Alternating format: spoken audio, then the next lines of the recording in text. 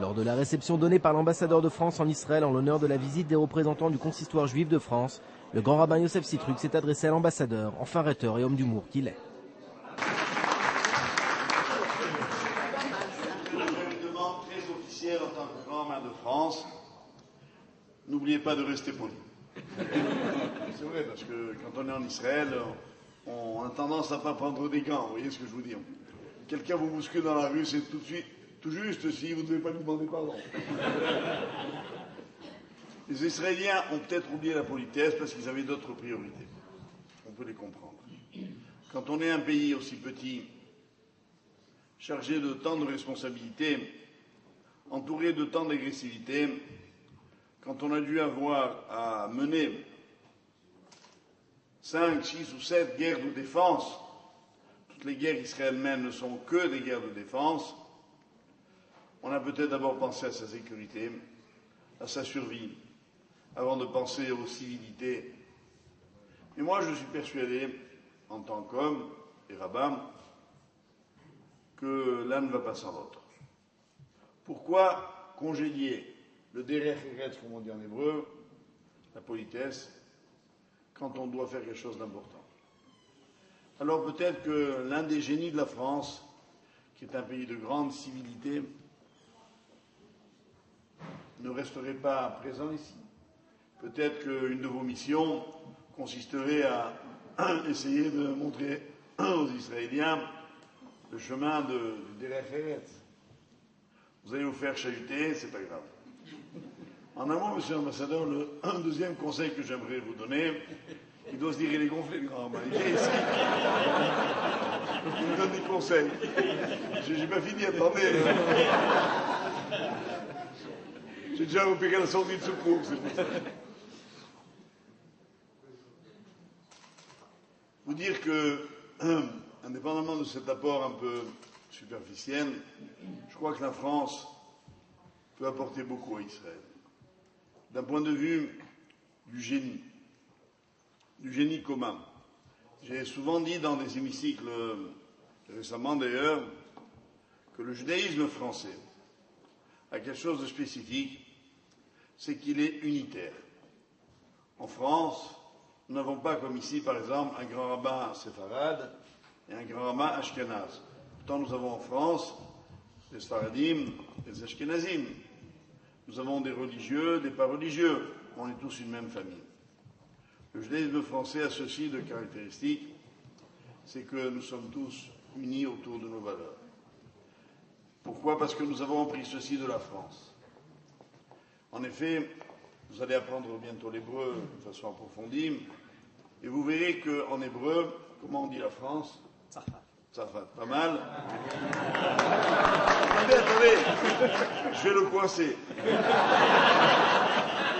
Et qu'est-ce que ça veut dire Tzarfat, monsieur l'ambassadeur? Ah là, j'étais sûr. Rassurez-vous, personne ne le sait. En fait, Tzarfat vient d'une racine hébraïque, tsaref, qui veut dire unir, unifier. La France est finalement un pays qui a une force considérable, c'est qu'elle est capable d'intégrer, d'assimiler tous ceux qui viennent en elle. Comme on fait fondre les métaux, comment ça s'appelle? Un creuset. Un creuset. Et il comprend le français pas mal. Vous avez de l'avenir, monsieur l'ambassadeur. La France est le creuset des civilisations.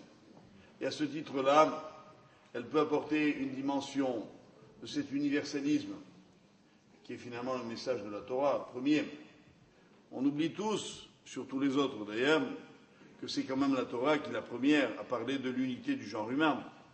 Adam et Ève, il n'y en avait pas 10, il n'y en avait qu'un. Une femme, un homme, qui ont donné naissance à l'humanité entière. Les thèmes peuvent être développés à l'infini, mais j'étais heureux il y a quelques années lors d'une conférence à l'École supérieure de commerce de Paris, d'être à côté d'un grand anthropologue français qui a été celui qui a découvert les ossements de celle qu'il a appelée Lucie, qui est en fait les restes humains les plus anciens qu'on ait pu trouver dans le monde, et qui développait l'idée, scientifiquement, que toute l'humanité serait issue d'une seule matrice. C'est-à-dire c'est une femme et une seule, qui a donné naissance à toute l'humanité. Ce n'est pas la Torah qui dit, c'est les savants aujourd'hui. Mais nous, on l'a dit avec 3000 ans d'avance. Alors vous êtes dans un pays dans lequel on a toujours de l'avance, monsieur l'ambassadeur. Les Juifs sont dans l'avance sur tout le monde. Puisqu'on a, avec gravité, Joël et vous-même, avez évoqué l'antisémitisme. Moi, l'antisémitisme m'a toujours fait rigoler. Non, c'est vrai. D'ailleurs, dans la synagogue où je suis, je fais toujours une minute de silence pour les antisémites. Non, je vais vous dire pourquoi, parce qu'ils se fatiguent pour rien. Moi, j'ai de la peine pour eux. De toute façon, Israël, Am Israël Hay. Personne ne pourra attenter à Israël. Nous sommes un peuple qui a un contrat avec Dieu. Donc, tous ceux qui veulent nous détruire, ils payent le prix, sans succès. Ceci étant, nous n'avons pas la prétention d'être des gens exemplaires, loin de là. Mais malgré tout, en Russie, vous savez qu'il y a eu des moments très très durs pour les Juifs lors de la Russie soviétique. Et on racontait une histoire alors. Il y avait devant une boulangerie, à l'époque où le pain était rationné, une file de gens impressionnante qui y attendaient. Puis au bout d'un moment, le préposé de la distribution du pain demande, avec une voix tonitruante, qui est juif ici? 2 ou 3 mains se lèvent, sortez des rangs, ils sortent des rangs, rentrez chez vous. Ils rentrent chez eux, les malheureux. Il n'y a pas de pain, on leur dit. Au bout de 2 heures d'attente, le même monsieur crie très fort à tout le monde, rentrez chez vous, il n'y aura pas de pain aujourd'hui. Dans la foule, tout le monde crie, encore une fois, c'est les Juifs qui le savaient les premiers. C'est comme ça que ça se passe. En d'autres termes, quand on a affaire à un peuple qui a une longueur d'avance, il vaut mieux être avec lui que contre lui. Parce que, comme vous le dira brillamment notre vice-président, M. Hamar, c'est quoi la réussite économique? C'est avoir les bonnes informations 5 minutes avant les autres. C'est vrai. Ça s'appelle un délit d'initié. Nous sommes, si vous voulez, coupables depuis 3000 ans de délit d'initié. On sait va où le monde et on le sait d'avance. Pourquoi on n'est pas plus intelligent que les autres? On a juste reçu un SMS il y a 3313 ans, s'appelle la Torah, du grand patron, qui nous a donné l'expression de sa volonté, et depuis, on le suit. Et on le suit parce qu'on étudie. Les Juifs sont des gens qui travaillent.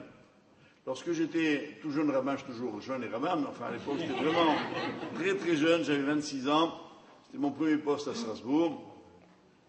Le grand rabbin Warshawski, à la Vachon, qui a décédé il y a peu de temps, m'avait demandé de le remplacer, dès mon arrivée, à une soirée de dialogue judéo-chrétien.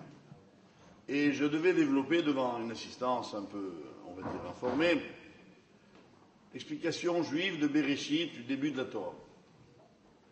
Et il y avait là, bien évidemment, des nombreux chrétiens. Et j'ai expliqué pendant un long moment, c'était l'objet de ma conférence, comment nous comprenons Bereshit. Et il y avait une bonne sœur au premier rang qui a écouté ma conférence avec une attention soutenue, qui au bout de mon propos me dit comme ça avec un air tellement candide que je ne l'ai pas oublié. Elle me dit, monsieur le grand rabbin, mais d'où savez-vous, monsieur le rabbin, d'où savez-vous tout ça? Vous êtes inspiré? Me demande-t-elle. J'ai dit, non madame, je me couche tard et je me lève tôt. Et vous savez, chez les Juifs, il n'y a que des chefs. Je dis souvent, mes amis le savent, quand je vois un Juif, je dis bonjour monsieur le président. Il me dit, mais je ne suis pas président. Je dis, vous serez un jour président. Donc méfiez-vous, je vous donne un bon conseil. Deuxième conseil pour ne pas faire de bêtises ici, quand vous voyez un Juif, dites-lui monsieur le président. Enfin, pour être plus sérieux, je voudrais terminer en vous disant que, sincèrement, votre venue ici à ce poste stratégique et clé de la diplomatie française est pour nous porteur d'espoir. Parce que nous avons eu le sentiment que vous êtes un homme ouvert aux réalités du peuple juif, admiratif d'Israël et sincèrement convaincu de la nécessité d'une politique plus équilibrée à l'égard d'Israël. Et je crois qu'elle va dans le sens de l'intérêt des deux pays. Je ne plaide pas la cause d'Israël, ni celle de la communauté, mais celle de la France. J'ai dit, et votre conseiller était avec nous à la Knesset, j'ai dit que j'ai trouvé quand même extraordinaire que Napoléon, qu'on a évoqué tout à l'heure, ait cru bon nommer le premier grand rabbin, Rav David Insheim, grand rabbin de France. Alors que, ici en Israël, quand j'arrive, on m'appelle Arav Arashi Yehoudé de Tzorfat. Traduction. Grand rabbin des Juifs de France. Des Juifs de France, c'est plus logique. Et en fait, non, Napoléon estimait que le grand rabbin, il est le grand rabbin de France. Quand je rencontre un monsieur dans la rue, je dis, je suis votre rabbin. Même si vous ne le voulez pas, je suis votre rabbin, je suis le rabbin des Français, non pas des Juifs. Voilà pourquoi c'est au nom de la France que je viens plaider auprès de notre ambassadeur pour lui dire, monsieur l'ambassadeur, essayons de ne pas rater cette chance de rapprocher deux pays, deux génies, deux civilisations tellement proches qu'elles n'ont aucune raison de se séparer. On compte sur vous pour qu'on ne soit jamais obligé de choisir, nous les Juifs, entre notre père et notre mère. Merci.